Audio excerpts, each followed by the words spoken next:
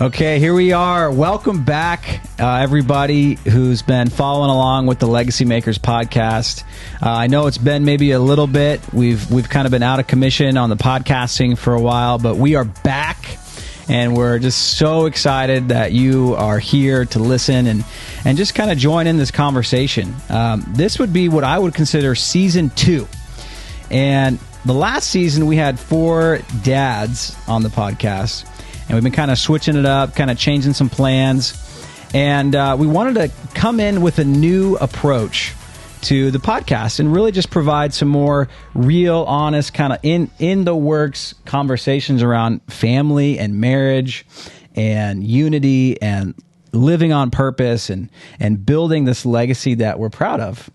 And so today we have Natalie and Aaron and my beautiful wife, Megan.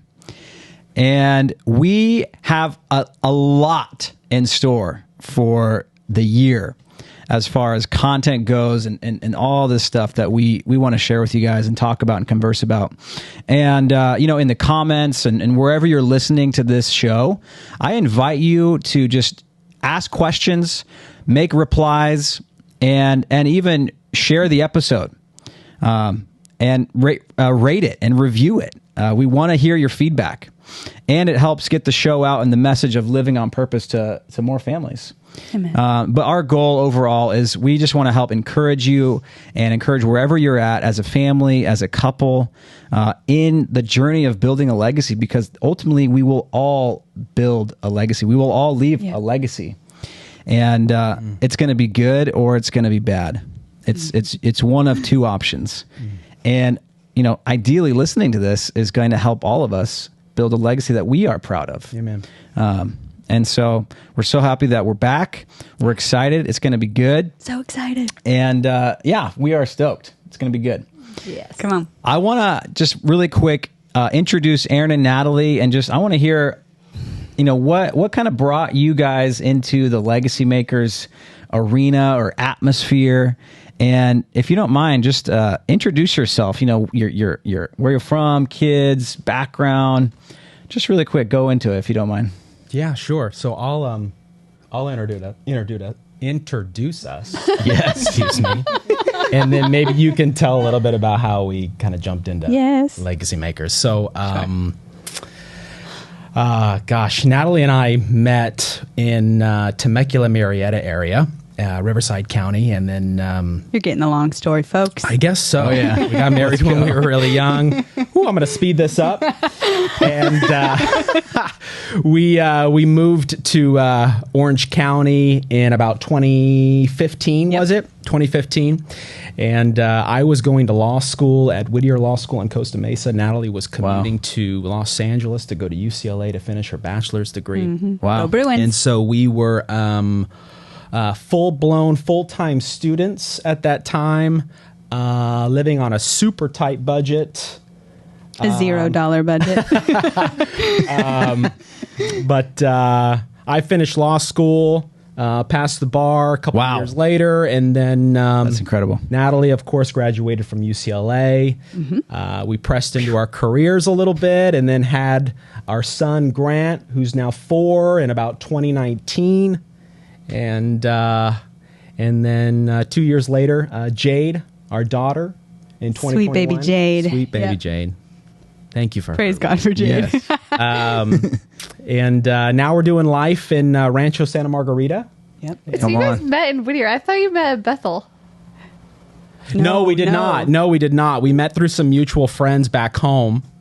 But we both went to... Bethel Ministry School.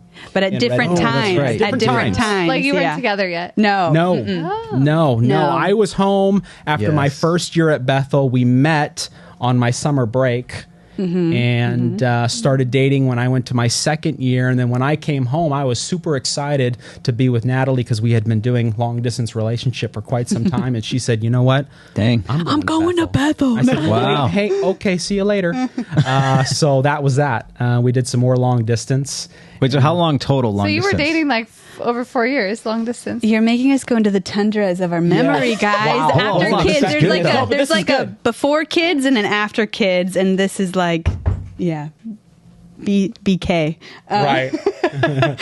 Oh gosh, yes. we did long distance at least 2 years. A year and a half to 2 years? 2.5 Okay, years. okay, Yeah, yeah, while I was yeah. at Bethel for 2 years. Right. So when you finished your second year, I think the conversation I remember we had was, this is going really well. We've mastered the long distance relationship. Yes. So many said we couldn't do it. We did it. Yeah. When you get home, we'll give ourselves 6 months. And if we still like each other, we still love each other, then we'll get married. Let's get And that's what married. happens. Yeah. We thought either we're gonna Wow. split So up here we right are. away or the rest is history. get married. All right, so this is actually a key here, and for everybody who's listening, as you can tell by listening to Aaron, very educated folk here. Very educated. This is why we brought them in. Highly educated, highly trained, It's all a wash. family. We have Jesus. It's a big deal, and long distance dating is no joke. No, it's not. Yeah. And so kudos to you guys Yeah. for. We got a couple degrees in long distance. Yes, we dating. do. There you go. If you're listening and you're in a long distance relationship and you need help, reach out. Yeah. So good. Happy to help. We might Hey, be let's able go. to help. Let's Yes, go. and then we came across Legacy Makers. It's such a cool God story. I Yeah. remember we were, I've heard about you guys through some mutual friends, and I think it was like late one night. It was like a Holy Spirit inspired Instagram moment. But I'm flipping through and I saw a fundraiser breakfast that you guys were holding, and I don't know what it was, but I just felt like God was saying, you've got to get to this fundraiser. Whoa. And so I remember showing it to Aaron and being like, hey, we got to go to this thing. I think Grant was only a couple, I don't know, maybe a year or so Maybe old, but a like year. baby stage still. And we saw the thing. We signed up for the fundraiser, and then we came. And I remember going up to you. I think it was you, Ben. It was just like, hi, I'm Natalie, and I just love family and legacy. And I'm so awkward. What do I say? And then the rest is history. Like Yeah, we slowly so started building crazy. a relationship after that. And Wow. it felt like such a divine thing because I don't go to fundraisers. We don't normally, Wow. especially with a newborn, it's like you just stay at home in your jammies all day, right? Yeah. And try to survive. Amen. But it felt like a God thing. And since then, we've just felt so much grace on the ministry and what you guys are doing, and have Wow. wanted to partner however we can. Yeah. Wow. Yeah. Yeah. That's awesome. So cool. Well, thank you guys for sharing that and just introducing yourself. Yeah. So thankful that you guys are. Thanks for having us. You're here and you're in on this with Legacy Makers, and overall the vision. The vision. I feel like you guys have. Yeah. You guys have it, and it's in you, and it's just an honor.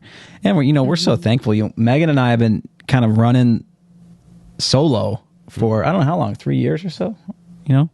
And it's always been a dream of ours to have people to run with and do life and ministry with. Yeah. And so this is just, however long or who knows, it's like, this is just such a gift and, for this season and whatnot. So just so thankful that you guys are here and a part of this with us and believe in this vision that Legacy Makers has to see family restored.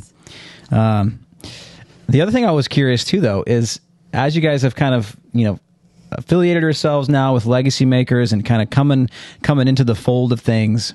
You guys recently made kind of a life decision, kind of a big life transition. I'm just curious. Would you please just kind of tell us like just a little bit of the story and what the decision was and kind of where you see yourselves maybe moving into? Yes, we have made a big life change. We're not pregnant again, but it feels like that. We actually are. It feels like spiritually, like there's a pregnancy happening. That's a good But we have been, so Aaron was an attorney for the last, I don't know how many years, 4 or 5 years. I've gone through, I've had amazing, incredible jobs over my last, 8 to 10 years or so. But I've been working for incredible gentlemen, John Tyson and Jefferson Bethke, kind of running all the operations for their ministries called Primal Path and Forming Men. If you don't know about them, please, maybe we'll link it in the show notes. I don't know if we have show notes, but it's an incredible thing that they're doing to help transform men and build father and son discipleship programs and so good. Making boys into men. It's been so phenomenal and so fun to do operations. It's like... nobody likes to do emails, but when you do emails that help dads and sons, it's yes, I'll do this email. It's worth it. But we've been serving for a long time. We have a strong belief in serving. And if we don't have a vision of our own, like the desire is, hey, who can we find around us that we can serve and pour into them? And so it's been a great season of serving, and we're still in that same boat. However, over the last, I don't know, what was it? Last February, we were at a men's conference for forming men in Florida. And the two of us were alone. Like, my sister watched the kids. We got to like fly to Florida together. It was like a mini date. So cool. Honeymoon part 2, without the kids. It was incredible. But we're there, and I am like the only woman in the room doing operations and like admin stuff. So I'm hiding in the back of the room during this Forming Men conference. And I'm like worshiping, trying to not be any kind of a distraction. And I all of a sudden get this incredible vision from God about a ministry he'd laid on my heart. And I thought to myself, like, I don't even know what I thought. I felt like God was like right in front of me saying, this is what I want you to do. And I'll share the details in a minute. But I then felt like all the people in the Bible who have seen angels, they're like faces glowing, like, what is happening? So I go into the room where Aaron is, and I'm like, honey, I feel like I just saw the face of God. Whoa.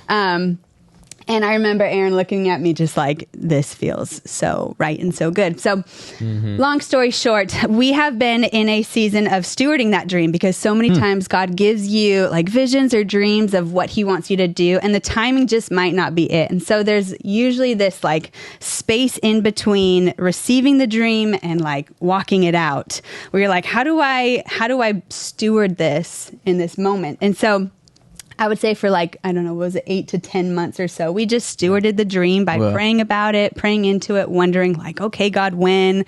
If not now, like, cool.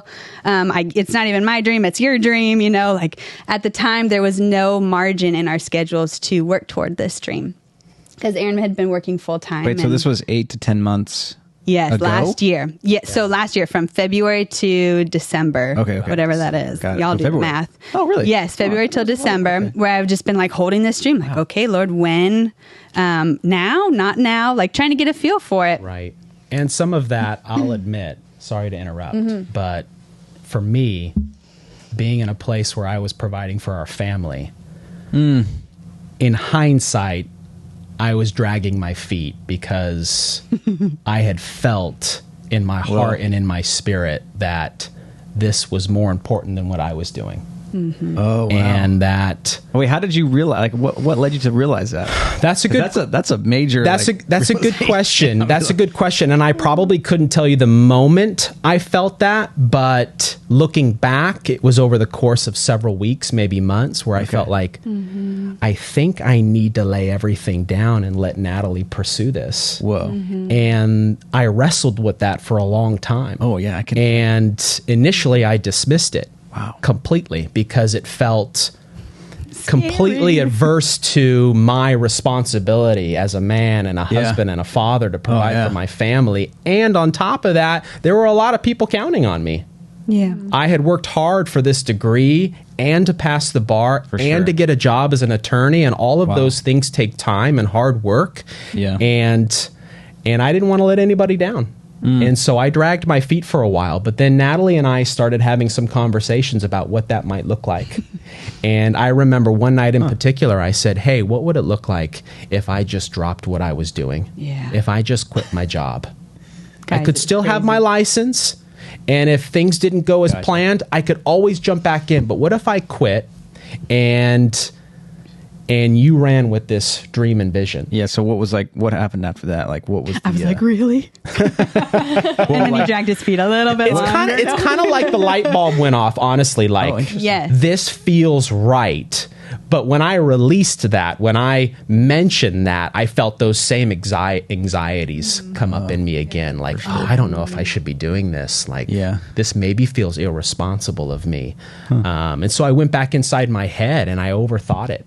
And it took probably about another month or so for us to really recognize, like, this has to happen. You know, when the Lord puts a dream or a vision on your heart, and I'm sure that you two can attest to this, like, you can take your time processing through it, praying about it, thinking through it, but eventually, if it's from Him, like...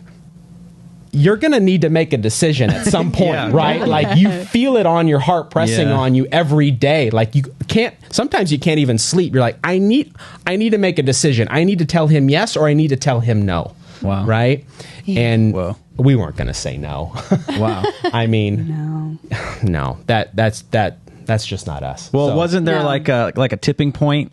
Because you guys, I remember we were kind of having a conversation about this a while ago, but like the tipping point of like kind of this points. Like I think you had said that God told you that he was going to like release. Oh my gosh, Aaron, you guys, how much do we want to get into this? No, I really think this is a major point of the story. So it is. You guys, really we can't do life without God's voice. Like you just can't. You've got the word of God, and it is absolute gold, and you better be in it all the time as much as you can, because it builds you and encourages you. But you also need the word of God spoken to you, that still small voice in your heart that tells you like, this is the way, walk in it, let me lead you here. So anyways, we had just gotten into, I don't know, would you call it a fight? It felt like a fight where we were like, there was a lot on the line. My dream was on the line. In my opinion, obedience to God was on the line. Like, am I going to do what he said to do? Or are we just going to, drag feet and actually not live according to our values? And so my anxiety was like, oh, my dream's on the line, and then there's that wrestle of, okay, but I surrender it to you, God, and it's your dream in the first place. And, if you want this to happen, do something with Aaron, And then Aaron was like, there's this manly thing in me that like, if I quit my job, like I feel like it's this deep core thing in a man that's like, I need to provide for my family. And and yet it's this acknowledgement of like, God's the actual real provider in the home. And do we actually believe that? And so we had gotten in this, long conversation about it. Our hearts were a bit raw. I'm in the bathroom getting washed up for bed, and I think, Aaron, you're laying in bed already, and I heard the Lord say, hey, if you give a certain amount of money to this one ministry, I will break something off of Aaron. I'm like, cool, done, boom, pull up the phone. Didn't even tell Aaron, No problem. Even if this isn't you, God, I love this ministry. Like, I'm going to give the money. Love. I think I rolled over in bed. I was like, I just gave such and such, this much. And he's like, cool, I was half asleep. Totally. Yeah. So that very week, no joke, I want to say 2 or 3 days later, we're sitting. One of the biggest challenges that we were up against was Aaron didn't want to disappoint his dad. Yeah, and we're going there, right? Aaron didn't want to disappoint his father, who had spent so much of his money paying off some of our loans, supporting us all of our, 20s and educational background time. Like he supported us so well, and his dad is like a rock in our family. And so Aaron did not want to disappoint. And there was this thing in him, and I don't want to speak for you, so interrupt at any time, but there was this thing in him that thought, if I quit, will he be disappointed? Or like, will he feel like it's dishonoring, disrespectful, whatever the lies were that Aaron was kind of processing? But it's a legitimate, question. Yeah. And so we're sitting at dinner 2 or 3 days later after I gave this money to this ministry, and somehow we get in this conversation with your dad. Do you want to take it from here? Yeah, sure. Okay. We're just talking about, and I'll be quick, but we were talking to him about my grandpa, who's no longer alive. But I loved him and respected him dearly. Yeah. And I know my dad did as well. And so Natalie asked my dad a really great question about him.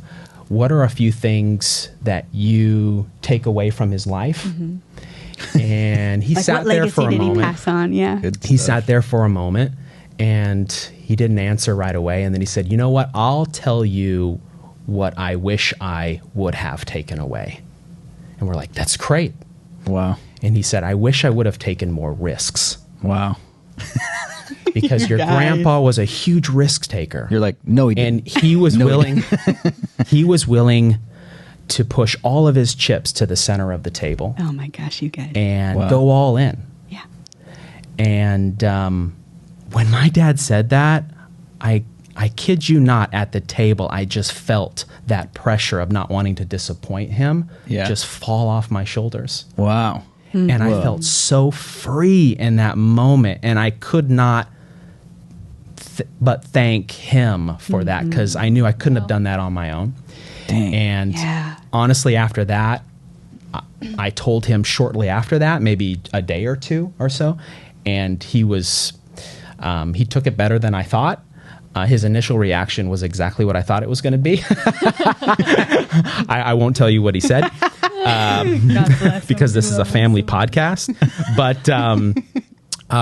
But once he processed through that, he accepted it, and he was happy for us, and he's been that way ever since. So really cool story, just about leaning into him and the wrestle of that, Natalie was saying that thing in me of, wanting to provide for the family, and then the Lord telling me, lay it all down. Wow. And telling me, do you trust me enough to provide for your family? Whoa. Do you trust me enough in that role?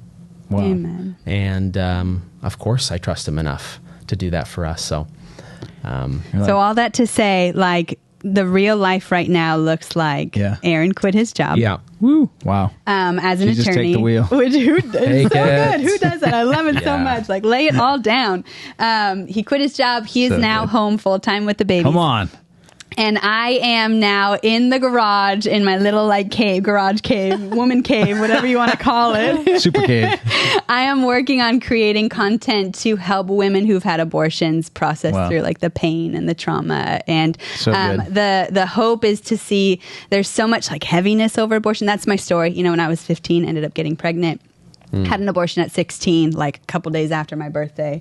Horrible stories. Kept it in secrecy, silent for so many years, and then have been, over the last 15 years, walked through just a beautiful healing process. Dang. And I've been just researching and like seeing what the literature out there right now is on post-abortive healing, and there's just a lot of heaviness. There's so much, just like it just feels heavy and.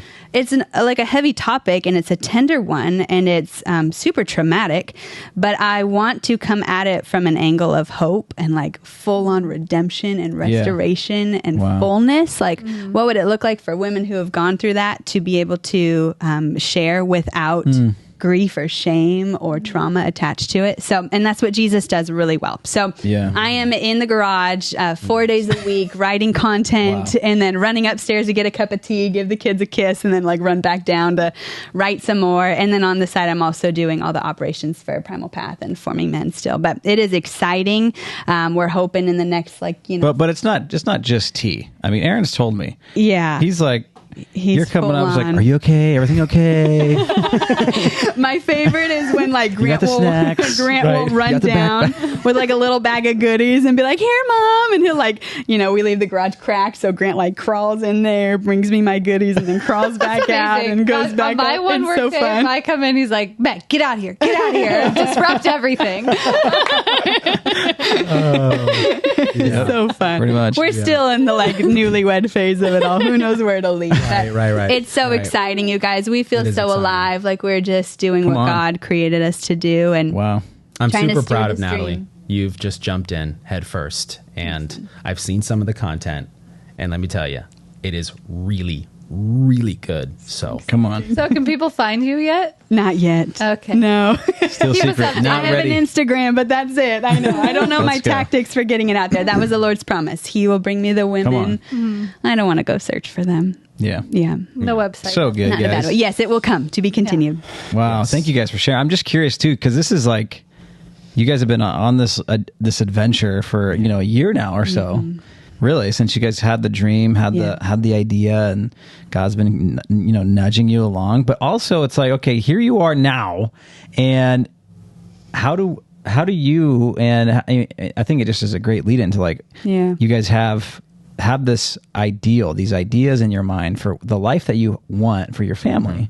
And I even think for us too, like when we kind of took that leap of faith and took that step, it was like, what was leading us, and even for you now, like what is going to lead you as a family to, I guess, maintain vision and maintain purpose and maintain, the title of this show is Staying on Mission as a Family, but like to even stay on mission, because I feel like in the season of transition, it's like, it's kind of chaotic, and it's kind of like it is. Your brain's swirling. You've got a lot of worries, and you're anxious about potential providence and provisions, and how are we going to do this in the midst of raising a family and trying to have a good marriage and trying to have be a good parent.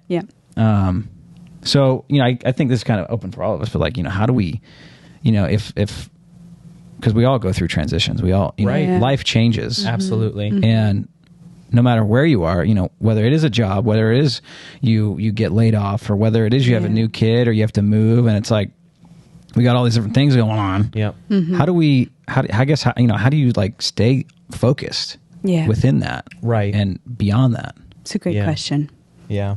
I would say, for Natalie and I, for our transition, we obviously, knowing it was coming, we sat down and started to plan accordingly. And because we knew the transition would probably be a little clunky. It was so clunky, guys. I was jumping into a brand new role. Yeah. I mean, for me, spending time with the kids was basically spending time with them on the weekends. Yeah. And that's different. And that also meant that I was coming off of an extremely long week, and I was very tired, and it was never what I wanted it to be. And so I knew, wow, I'm going to need to give myself a lot of grace because even though I'm with them Saturday and Sunday, like spending 5 days with them and caring for them in that fashion. Making 3 meals a day plus how many snacks. Right. Was going to be a completely different lifestyle for me. So we talked a lot about that. And what did that look like? How did you guys met strategically about that? Interesting. And with our mission in mind. Okay. And so one of the things we talked a lot about was, how do we simplify our lives? Yes. Oh. We need to create more margin during this time. Whoa. Taking on more to-dos and getting busier is not what we need right now. I feel like we didn't really do that well. we never asked that question. Well. How do we simplify? Well, we have 2 kids, a little different. That's good. Good job. And a part of that is knowing how we operate personally and as a team, as a married couple. When we're too busy, when we have too much going on, we're not as connected. We're not we're not as strategic about how we're running our family. Okay, so then what was the guiding kind of principles that you feel like you landed on? Like you said, you wanted to have that connect and maintain this more time with each other and being together. Like, I guess what were like the focuses that you clarified that were really important? Yeah. So we roughly painted a picture of what our weeks are going to look like moving forward. Based on our values and our mission, of course. And then the one thing we talked about was, we've got to be meeting regularly to make sure we're on track. And also to make adjustments if we need it. Because again, we're not really sure how this is going to look. And although what we just painted in front of us looks good on paper, it just may not work practically. Yeah. I may feel like, wow, 5 days is a lot. I need a break in between. Of some amount of time to reset. Nice. And we didn't know quite when that would fall. So one of those things was, okay, we're going to meet at the end of each week, and we're going to reflect on the week, the previous week, and we're going to talk about what worked and what didn't work, and then we're going to make some slight adjustments. Very, very slight is the key word. Yeah. Slight adjustments. No. So not major. You're saying oh not my major gosh, adjustments. so slight, you guys. Like, you want to set yourself up for wins, right? And so we didn't want to make drastic changes because it's then you'll like the more learning again. Yeah. The more drastic changes you make, it's like, oh my gosh, well, what do I need to adjust now? And did that where I'm exhausted trying to keep up, and you want to set yourself up for success. And so it would be like, well, what's one little like pain point we experienced this week, and how can we tweak something? And this we've learned from, mentors and friends of ours, so we take no credit at all, but it's like, what's that one pain point this week, and how do we adjust it?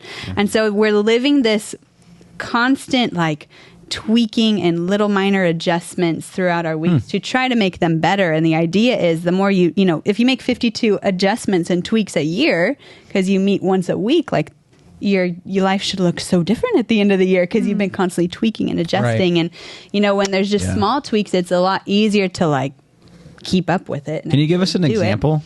I'm having a hard time understanding the small tweaks. Yeah. So one tweak could be, and this is what we're working on now. You can jump in. Laundry, like getting laundry done at a certain time of day, and how are we going to make it work so that laundry doesn't, I mean, my issue is laundry would stay in the dryer for 2 days, and then you're like, oh, it's all wrinkled, let me throw it back in the wash and get it going again. Yep. And so, it's like a little tweak of okay, hon, how can we make sure the laundry gets done and it gets done that one day, so we're not lingering and putting it away 10 days later, kind of a thing. And so it's okay, he needs extra time, or I need extra time. It's so silly, but this is a pain point to him and I, because we're in a tiny house, 850 square foot house. And the minute Aaron's so good at folding laundry and he puts it on the bed, but then the kids jump on the bed and the laundry goes everywhere. And so we're doing the same thing 50 times a week to try to get the laundry put away. So, little things like that. That's okay, it's a pain point when the kids jump on the bed and, jack up the laundry. How do we fix this? Cool. I'm going to take the kids away. One of us can finish the laundry, so something simple like that. That's laundry is really not that big of a deal, but these little tweaks that you make throughout the week to help. Yeah. Did you have another thing in mind? Yeah, I was just thinking about how you recently mentioned, I don't want to work a long day, then come upstairs and have to prep dinner. Can you step in a couple of times a week? Maybe it's a Monday, Wednesday, Friday, or a Tuesday, Thursday schedule where you take on the meal.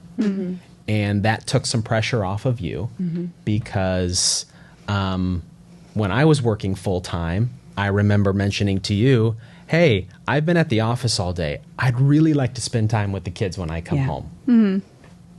And when you said that to me, I thought, that makes a lot of sense. Okay, I've been there. I can do that.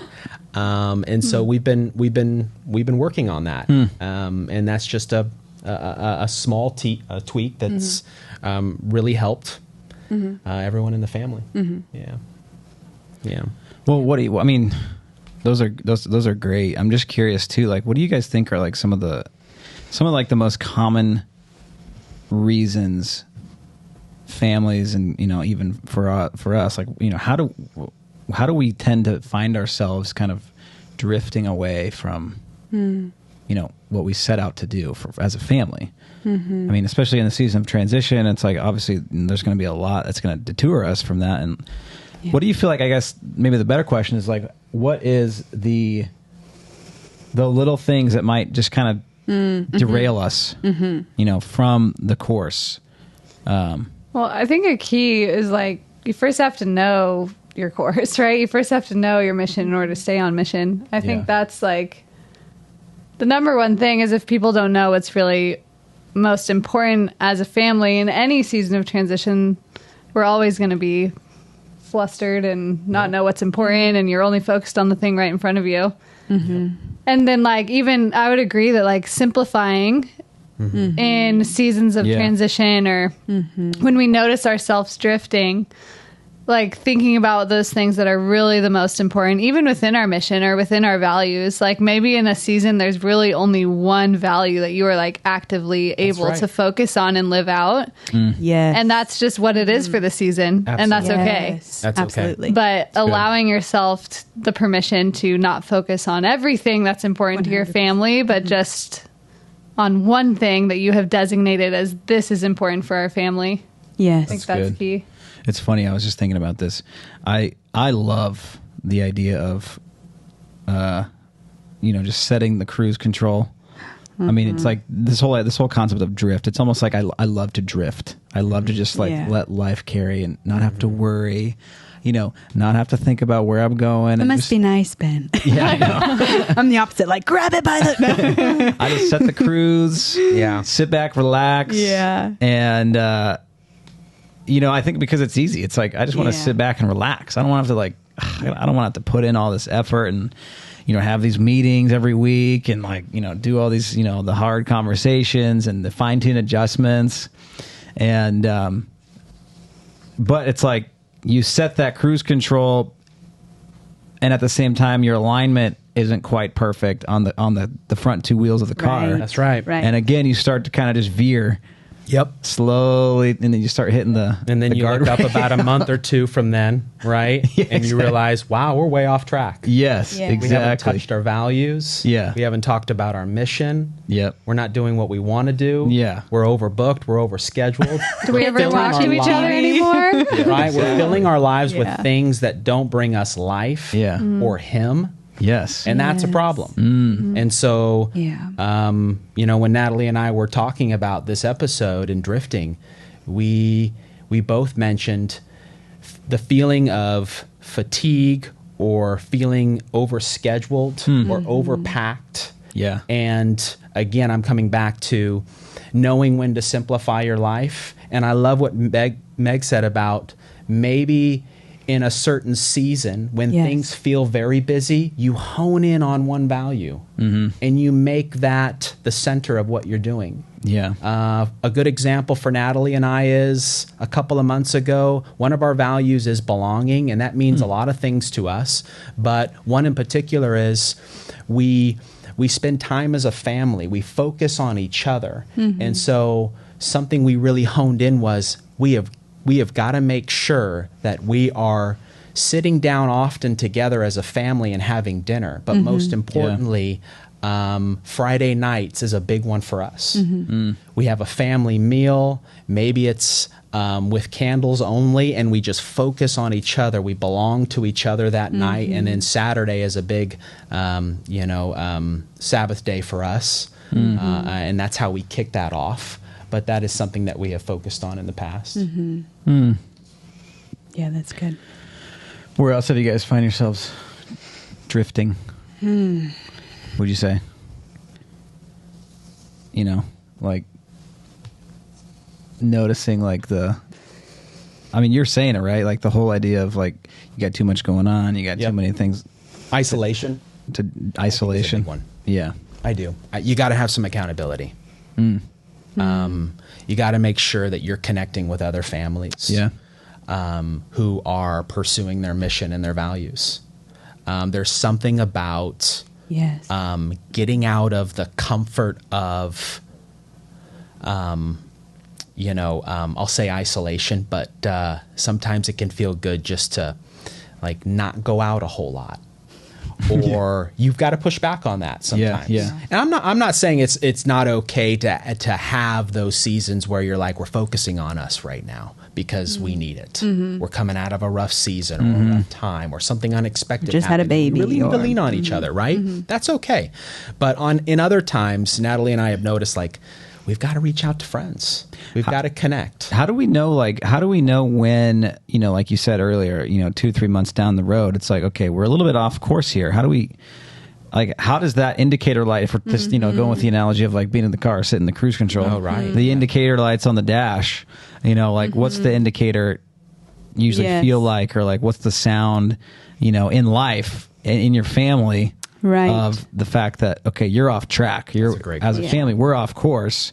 We are, we're not connected. We're not, what is that? Yeah. What are like some of the warning signs, I guess, of that? I'm just curious what you. I would agree with what Aaron said. Like that feeling of overwhelm is like a sure sign that you have too much going on. That is not like what is most important to you. Yes. Right. Yeah. Because if you're doing what's most important, there's going to be this sense of satisfaction and contentment, even if it's a lot, right? Like raising a family is a lot. Yeah. You're always going to have a lot going on. But when you have a lot going on that is in line with what your mission is as a family, then it just feels right still. Yeah. Even though it's a lot and you feel like you can manage it still. Yeah. It's not so stressful and overwhelming. Yeah. So I think that drift, at least that's what I experience. How have you, Meg, like found yourself realizing the overwhelm sensation? And then like, what have you had to like do to kind of recenter yourself or, maybe move back on track? I mean, I do think eliminating things, like having those conversations where we talk about, okay, what are we actually committed to right now, and what should we stay committed to, and what should we not? What should we let go of? Being able to say no to those things that you need to say no to. Yeah. Which is hard. Which is hard for me. It's hard for us. For us, especially me. for the sake of not wanting to disappoint, or I feel like for me it's more like not wanting to miss out on something, because it's usually something I enjoy. I said yes for a reason, right? There's a lot of fun to be had. Yeah, absolutely. I feel like that's more so for me. Yeah. And we like our fun. Yeah. It's in your mission. Gotta play, gotta have fun. Exactly. So we're on mission when we're having fun. Exactly. This is part of it. We can't say so much fun. It's so overwhelming how much fun we're having. Natalie and I have noticed in the past that for us as a family, things start to speed up, and that's a good indicator for us. Like when it feels like, I'll use the word control, but when it feels like life is just happening so fast, there's so much going on in our schedule, and it feels like the family car we're in is increasing in speed, and it's exciting. But then when you take a moment to reflect on what you're doing, you're like, wow, this is all just moving way too fast. We haven't touched this value in a long time, and it feels like we're pulling away too quickly. Would that make sense to you? Not to like pivot entirely. I completely agree. I think almost like a deeper indicator should be your emotions. I think you should. I think when you're in tune with your emotions and how you're feeling, and not to get into therapy, which I highly recommend because it's so good, but I think when you're in tune with your emotions, how you're feeling, you are aware in your heart if you're drifting or not. I think there's that inner knowing of like, I'm just, and not condemnation in the sense of like, I'm bad, shame on me, but like, I could be doing better. I could be living more full. I think the danger can get to where you start to feel a little numb. And this is kind of what drifting is a little bit. You start to numb out a little bit. You start to distract. You start to fill your days with things that don't matter so much. You go to this often. You start to kind of like slowly withdraw in terms of like your heart being centered and focused on things. So you start to kind of like withdraw, pull back, retreat a little bit. You don't feel some more chocolate. Totally eat that chocolate. So speaking of emotions, milk chocolate, by the way. I was thinking about this. Speaking of emotions, I would say maybe one of the most prevalent negative emotions I have is shame, and it's because I think a solution to drift is being clear on what is really important to you. Is like crystal clarity, where it's so clear to you in your deep, the deepest parts of your soul of what is so important, and then the sense that you violated those deep, important pieces of what makes you and what's important to your family and where you're going. I feel like, for me personally, it's like there's like this sense of like, dang it, man, like it's not working. Like we're not in it. We're not, we're not flowing. We're not flowing. It doesn't feel right. It feels like, wow, this is like crazy. We're like, what are we doing? What are we doing? That's always where it's like, okay, we got to start having these mission meetings more regularly. That's always the question you ask, like, what are we doing? If you're having that thought or you're saying it out loud, that's another good indicator. You might want to stop, connect with your spouse, whoa. Because maybe he or she's having the same thoughts. And you readjust. And we were talking about this last night about making an adjustment on point. And not feeling shame or guilt about having missed it forever long. You just sit down and you reset and you start over, and there's nothing wrong with that. Well, I don't want to get us too far into this conversation about drift. We're going to talk about that the next time we have a conversation, because it is important and it's huge. I mean, the idea of drift is massive, and it is so prevalent and so dangerous. For families and society. It's so common and easy. And we'll get into all that in the next episode that we have. But I just want to thank you guys again for joining us here. We're so excited that you guys tuned in with us to listen to the show. Thanks, friends. I'd love to just encourage anyone who's listening. We have an amazing opportunity, totally free. And if you're looking for a way to live with more connection in your family, or experience a deeper connection in your family, with your spouse, with your kids, to grow in confidence as a parent, we have this thing called it's called the 5-Day Legacy Challenge.